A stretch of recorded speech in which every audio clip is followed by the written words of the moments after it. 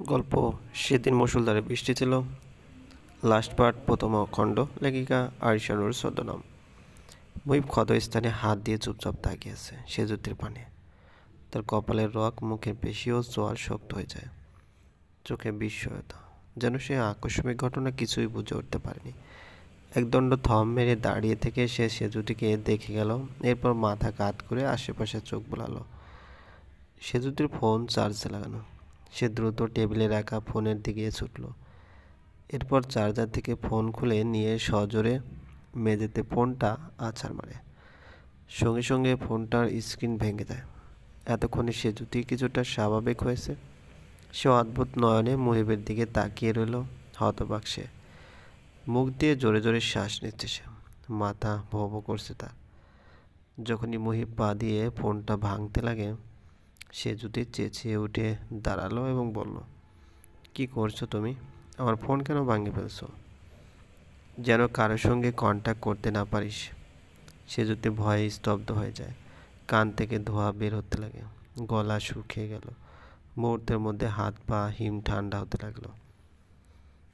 মুই ভাঙ্গা ফোনটা নিজের হাতে তুলে নিয়ে গম গম সুরে বলে, সেজুতি আমি কিন্তু অনেক খারাপ।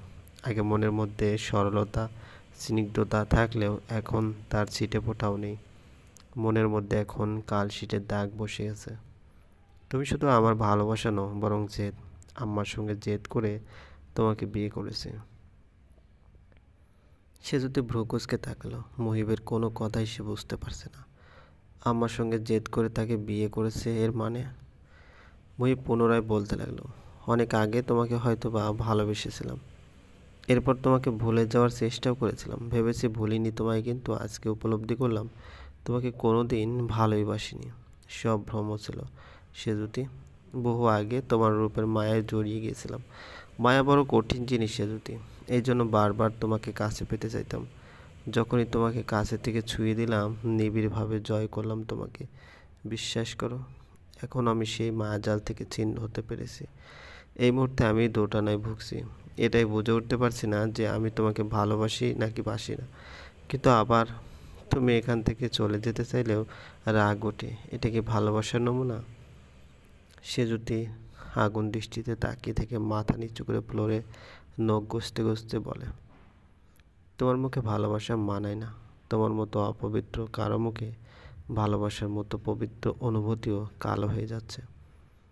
আমাকে যেতে দাও মুহিব। জোর করে আর যাই করো না কেন, আমার ভালোবাসা তুমি পাবে না। ভালোবাসা তো চাই না, আর না চাই তোমার সঙ্গ। তাহলে কি চাও? কেন এভাবে যন্ত্রণা দিচ্ছ? আমার জানা নেই। শুধু এতটুকুই জানি, আমি ভুল গন্তব্যে ছুটে যাচ্ছি। কিন্তু আমার হাতে কিছু নেই, কারণ জীবন আর ট্রেন ভুল গন্তব্যে ছুটে গেলেও আর পিছনে ফিরে ইউটার্ন নিতে পারে না। আমারও ফেরার পথ নেই। এই ভুল গন্তব্যে ছুটে যেতে হবে। সে যদি মাথা তুলে তাকালো। এখন মুহিবকে স্বাভাবিক দেখাচ্ছে, কিন্তু তারপরও চোখ দুটো থেকে লালচে ভাব দূর হয়নি। মুহিব রুম থেকে বের হয়ে রুমের দরজা লাগাতে লাগাতে বলে, দুঃখিত সেজুতি, তোমাকে আপাতত বন্দি হয়ে থাকতে হবে। দরজা বাইরে থেকে লক করে দিতেই সেজুতি রুমের ভিতর থেকে দরজার উপর হামলে পড়ে। দরজা ধাক্কা দিতে লাগে এবং জোর গলায় বলে, মুহিব দরজা খোলো। তুমি যা করছো এগুলো কিন্তু অমানবিক। আমি মানুষটাই অমানুষ, কাজেই অমানবিক আচরণ তো করবোই, তাই না? সেজুতি দরজার সামনে ধাক্কাতে লাগলো, কিন্তু বাইরে থেকে কারো আওয়াজ এলো না। রুমে কোনো ঘড়ি নেই, এমনকি দেওয়াল ঘড়িও নেই। ফোনও মুহিব ভেঙে ফেলেছে। কারোর সঙ্গে যোগাযোগের উপায় নেই। নিজেকে অসহায় মনে হচ্ছে। আপা থাকলে নিশ্চয়ই এই দিন দেখা লাগতো না। আচ্ছা, ওরা কি আপার সঙ্গেও এমন আচরণ করতো? তার বুক থেকে ধুকপুক শব্দ হচ্ছে। ঘাম ছুটছে তার গা থেকে। সম্পূর্ণ পৃথিবী থেকে বিচ্ছিন্ন হয়ে গেল সে। শুধু কানে ঝমঝম করে বৃষ্টি পড়ার আওয়াজ আসছে। আজকে এত বৃষ্টি হচ্ছে কেন? থামার নামগন্ধ নেই। সারাটা দিন ধরে বাইরে প্রচণ্ড জোরে বৃষ্টি পড়ছে। পৃথিবী ভেসে যাবে তো আর কিছুক্ষণ এমনই ভাবে বৃষ্টি হলে। দরজা ধাক্কাতে ধাক্কাতে ক্লান্ত হয়ে চুপচাপ রুমে বসে রইল সেজুতি।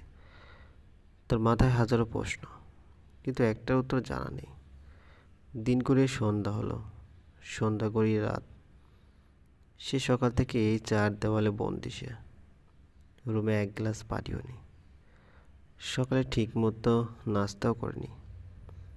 এই মুহূর্তে সেজুতির প্রচণ্ড ক্ষুধা লেগেছে। পিপাসায় চৌচির গলা। মুহিবকে তার কথা ভুলে গেল। সেজুতি নিরুপায় হয়ে জানালার পাশে দাঁড়ালো। বৃষ্টি থেমে গেছে, কিন্তু আকাশে মেঘ জমে আছে। মানে কি আবারও বৃষ্টি নামবে? হু হু করে বাতাস বইছে। শীতল হাওয়া গায়ে লাগাতেই বড্ড আরাম লাগলো সেজুতির। মুহিব 2জন কাজের লোক নিয়ে 3 তলায় উঠেছে। 7-8 জনের খাবার নিয়ে এসেছে বাইরে থেকে।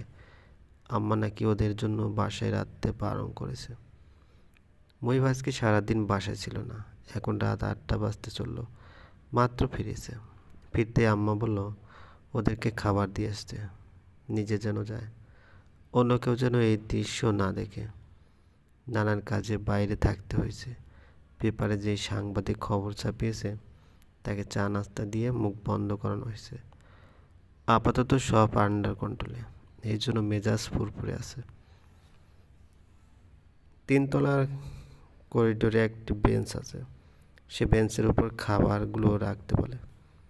কাজের লোকদেরকে নিচে নেমে যেতে বলে। তারা চলে যেতে মুহিব 3 তলার বাম পাশে স্টোররুমটা খুলল। দরজা ভেজানো ছিল। আসলে এটা স্টোররুম না, কিন্তু কোনো এক অদ্ভুত কারণে সবাই এই রুমটাকে স্টোররুম বলেই চেনে। রুমের মধ্যে 3 জন মেয়ে বসে আছে। তাদের খাবার দিয়ে সে বেরিয়ে আসলো। আরও 4 জন আছে পাশের রুমে। সে পাশের রুমের দরজা খুলতে দেখলো 1 জন নেই, 3 জন আছে। কিন্তু হিসাব মতে থাকার কথা 4 জন। 1 জন গেল কই? খাবারের প্যাকেট নিচে রেখে মুহিব ব্রুকুচকে বলে, চম্পা কোথায়? একটা মেয়ে মুহিবের মুখে চম্পার নাম শুনে হেসে কুটি কুটি। মেয়েটার সঙ্গে অন্যরাও তাল মেলালো। ওদের মধ্যে একজন বলে ওঠে, কেন সাহেব, চম্পারে মনে ধরছে? মুহিবের মেজাজ খারাপ হলো। আম্মা কেন যে মেয়েগুলোকে বাসায় এনে তুলেছে, অসহ্য। সে বেরিয়ে এলো। এরপর নিচে হাঁটা ধরল। তখনই তার মাথায় আসলো সেজুতিকে তো সে ঘরে আটকে রেখেছে। মেয়েটা সারাদিন ধরে ওই রুমে বন্দি। সে বিড়বিড় করে বলে, ও শিট। এরপর দ্রুত নিচে নেমে সুমিকে ডাকতে লাগলো। তাদের বাসায় রাত করে সুমি থাকে। বাকি সবাই কাজ শেষ করে বিকাল নাগাদ চলে যায়। সুমি প্রায় সঙ্গে সঙ্গে চলে এলো। মুহিব বলে ওঠে, আমার রুমে 1 প্লেট ভাত নিয়ে যাও সেজুতির জন্য। আচ্ছা ভাই, এই যে রুমের চাবি। দরজা ভিতর থেকে লক করা। খাবার দিয়ে এই রুমের দরজা লক করে আমাকে চাবি দিবে। সুমি ভয়ে আর কোনো প্রশ্ন করলো না, শুধু মাথা নাড়ালো। মুহিব হন হন করে 1 তলায় চলে গেল। 1 তলায়ও 3টে রুম আছে। এর মধ্যে একটা অফিস কক্ষ। অফিসের বিভিন্ন ফাইলপত্র ঠেসা থাকে সেখানে। তার পাশে একটা গেস্ট রুম। মুহিব গেস্ট রুমে ঢুকলো। গেস্ট রুমের সঙ্গে লাগানো বাথরুম আছে। সে মূলত বাথরুমে যাবে। 2 তলায় 4টি বেডরুম। আম্মা, ইমা, ভাই, ভাবি আর তার বেডরুম। রুমের সঙ্গে লাগানো বাথরুম। কাজেই বাথরুম ব্যবহার করতে হলে অন্যদের রুমে প্রবেশ করতে হবে। এর জন্য নিচে এসেছে সে ফ্রেশ হতে। বাথরুমে ঢুকে মুখে চোখে পানি দিতে লাগলো। ঘামে জুবুথুবু তার গায়ের শার্ট। গোসল করতে মন চাচ্ছে। গোসল করলে স্বস্তি পেত। তার উপর বৃষ্টি হলে মুহিবের কাছে সব কিছু অপরিচ্ছন্ন লাগে। আজকেও থেমে থেমে অনেকক্ষণ ধরে বৃষ্টি হয়েছে। এখন অবশ্য থেমে গেছে। তাও ঘর বাড়ি নোংরা নোংরা লাগছে বৃষ্টি হওয়ার জন্য। সে মুখ ধুয়ে পরনের শার্ট খুলে ফেলে। বাথরুমের মেঝেতে ফেলে দিল। পরনে এখন তার একটা পাতলা স্যান্ডো গেঞ্জি। প্যান্টে কাদাও লেগে আছে। সে ঝুঁকে প্যান্টের কাদা পরিষ্কার করতে লাগলো। এমন সময় বাথরুমের বাইরে থেকে গুট গুট শব্দ হতে লাগলো। সে ভ্রু কুঁচকে ফেলল। এই সময় রুমে কে? সে যতদূর জানে ইমা বাসায় নেই, বান্ধবীর বাসায় আজকে রাতে থাকবে। আর আম্মা ঘুমের ওষুধ খেয়ে ঘুমাচ্ছে। সে যদি আসার কথা না, তাহলে কে এলো? চটজলদি সে বাথরুম থেকে বের হলো। সঙ্গে সঙ্গে চোখ জোড়ায় একটা মুখশ্রী ভেসে ওঠে। মুহিবের চোয়াল পুনরায় শক্ত হয়ে ওঠে। সে কটমট করে বলে, তোমাদেরকে আম্মা বলে দেয়নি এদিকে আসা নিষেধ? তোমরা 3 তলায় থাকবে, যাও। চম্পার মধ্যে মুহিবের গড়া গলায় বলা কথায় কোনো হেলদোল হলো না। সে মিটমিট করে হাসল। এরপরে এক পা এগিয়ে দিয়ে বলে, স্যার, শুনলাম আপনি নাকি আমাকে খুঁজছিলেন। না, জিতু বলল আপনি নাকি আমার খোঁজে এসেছিলেন। মুহিবের গা রিরি করে ওঠে। এটা কেমন কথা? এই মেয়ের খোঁজ নিতে সে কেন যাবে? আর এরা এত মিথ্যু কেন? সে বলে মিথ্যা কথা। চম্পা 1 পা 2 পা করে মুহিবের দিকে আগালো। মুহিব ঢোক গেল। চম্পা হচ্ছে সবচেয়ে হাই ডিমান্ডের কর্মী। সব কাস্টমার চম্পা বলতে পাগল।